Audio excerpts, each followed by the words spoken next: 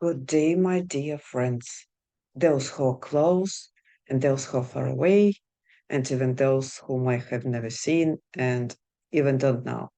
If you find whatever I put out here useful and just sending love and inspiring thoughts to everyone.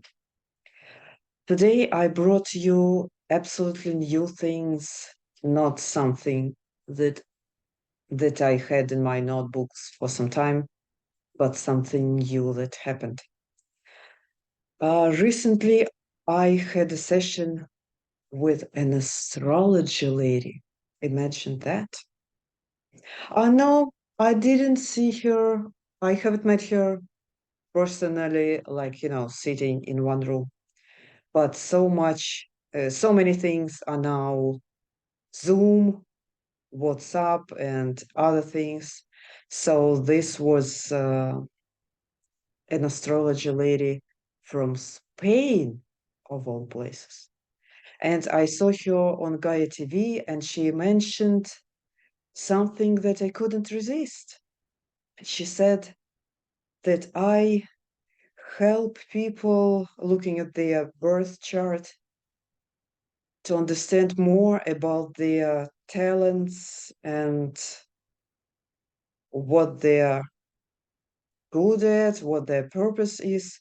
Not that, I was planning to think about her words as a gospel, and whatever she says, I would just go running if it is something that doesn't sit well with me or altogether doesn't feel like my thing. But I was curious, and after all, I can always say to the universe, I am ready to whatever useful information that comes. If the session fell through during to some circumstances or technology, or I even don't find out anything, or it's challenging, and then something not useful comes, and I am left to figure out things all by myself. I was fine with that. And after all, it was a challenge, something new to try out. And like Larry said, and I agreed, do things that you're afraid of. Because if you want to do something and you're afraid of it, this is definitely your thing. And I came across such examples quite often. Well, what about some good examples? For example, the recent visit to this repair cafe. I was scared, not like out of my wits, but kind of I felt uncomfortable. What if I fail? What if the person sits in front of me looking and I don't know what to do, or I'm unsuccessful in my attempts? But I can always talk myself out of it, saying, so what? So what? Then you fail. Nobody's going to put you in prison or shoot you. So what? Like it's it doesn't matter that much. So this is one of our successful examples. One of unsuccessful examples when Vladimir and I went to party of local neighbors from the buildings that are here in our community. And it was something like probably I was trying to find some friends. And it was so difficult to come up and talk to a person you have never met before, like, stepping over something. And then, like, then I even now remember this man who was around 60 or 70 maybe, and I started talking to him, and he's just turned and said, Excuse me, there is someone I saw over there. And he just ran. There were a few examples like this. And then I told Vladimir, after one lady was kind, she talked to us for a few minutes.